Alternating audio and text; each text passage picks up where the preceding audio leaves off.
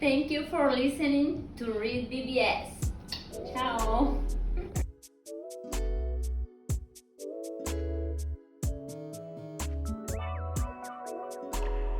REED-BBS, BBS. Manny Pacquiao, the Pac-Man.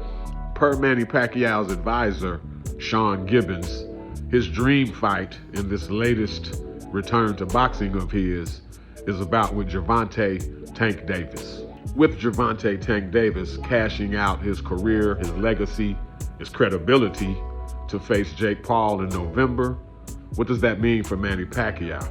In his most recent return to boxing, Pacquiao squared off against Mario Barrios. And my biggest takeaway from Pacquiao Barrios is Mario Barrios sucks. In the end, I gave Barrios way too much credit. Size, age, reach, youth. I assumed that all of those would conspire to assist Barrios in defeating a 46-year-old, 4 years inactive Manny Pacquiao. My bad. I also assumed strength and endurance would be on Barrios' side. Again, he's the younger, bigger man, right? So imagine my surprise as I see the old little guy actually out fighting and outworking the younger, bigger man down the stretch. You could cut the nostalgia with a knife. It was definitely some flashback, feel-good shit. We was all enjoying, seeing Manny Pacquiao at times being Manny Pacquiao. But objectively speaking, that was not a good performance. If you didn't know who Manny Pacquiao was before that fight and you just watched the boxing match, it wasn't a bad performance, but it damn sure wasn't a good performance either.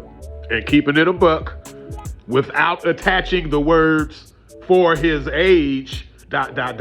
before or after whatever statement you make about the fight, unless you attach "for his age" to the front or to the end of whatever statement you follow with, there's nothing objectively good to say about the performance. There just isn't. Manny's hands were fine. His hands were responding, but his legs looked terrible. His legs have never looked worse. Manny Pacquiao was known for his bounce, for the way he darts in and out.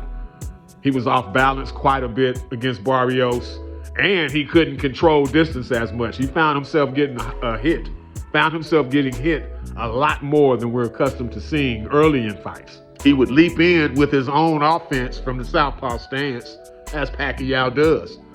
He could dart in, but when it came to darting out, he wasn't so good at that.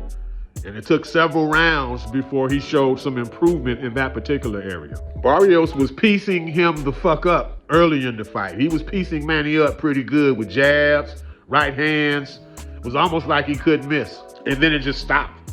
It just vanished. Like Barrios, it was like he saw the level he was at, and he seemed caught up in the fact that he was in there with the legend. He was just as mesmerized as the crowd was in attendance and those of us watching on pay-per-view. He got caught up on some trainer-to-trainer shit. Stephen Breadman Edwards, he pointed out how Barrios' trainer, Bob Santos, was constantly telling him to stop being so nice. Stop being so nice, you're in a fight. Barrios kept being nice. He kept being nice. He was competitive.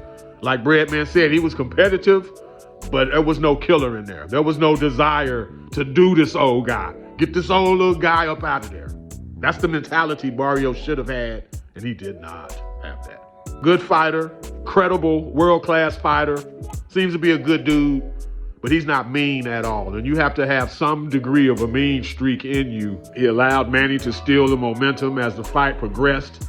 He allowed Manny to steal rounds with those late flurries a la Leonard Hagler. Barrios' early work got him the draw. I wasn't mad at the draw. Pacquiao probably should have got the nod, though, and I was surprised he didn't get the nod, being honest, because he's Pacquiao. So what next for Pacquiao? Obviously, he's not the genuine article in his prime, but he's also not Deontay Wilder done either. He's done, but he ain't done like that. But with that, matchmakers better be very selective and careful with who they pick for Pacquiao. Henceforth, forthwith, And indubitably at the top of the don't list of opponents at welterweight for Pacquiao, Devin Haney. At this phase of Pacquiao's career, Devin Haney is probably the worst opponent for him. There's money there, but Pacquiao wouldn't win that fight. Let's just rewind to the first couple rounds against Barrios, the success he had with his 1-2s. Now imagine Devin Haney's 1-2 against Pacquiao's old ass.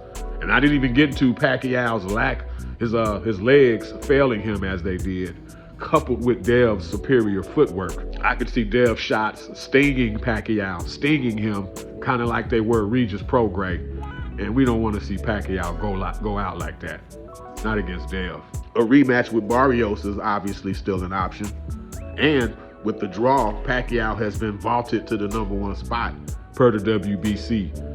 I don't know if anyone's interested in the rematch, but if all else fails, there's that. Tank's tied up with Jake Paul, so we can look at Tank Pacquiao, mid-2026? And does Pacquiao's old ass have that much time left in the game? To me, the most logical next opponent is Rolly Romero. Rolly won the interim WBA title when he beat the Rye guy, Ryan Garcia. Well, since Jaron Boots Ennis is moving on up to 154 and vacating, the WBA has named Rolly as the champion. They vaulted him, promoted him to champion status. So there's a belt that Pacquiao can fight for. I'm feeling Pacquiao Rolly next, just to keep Pacquiao somewhat fresh as he waits for Tank Davis. What do you think? Subscribe, comment. Remember, sharing is caring. Love, tap, and or bitch slap that like button for your boy. REED-BBS, BBS. Blackbird Sugar, Bachelor's in Boxing Studies. Television. Fred Sanford of the Fistic Arts. When all is said and done, there's nothing left to say or do.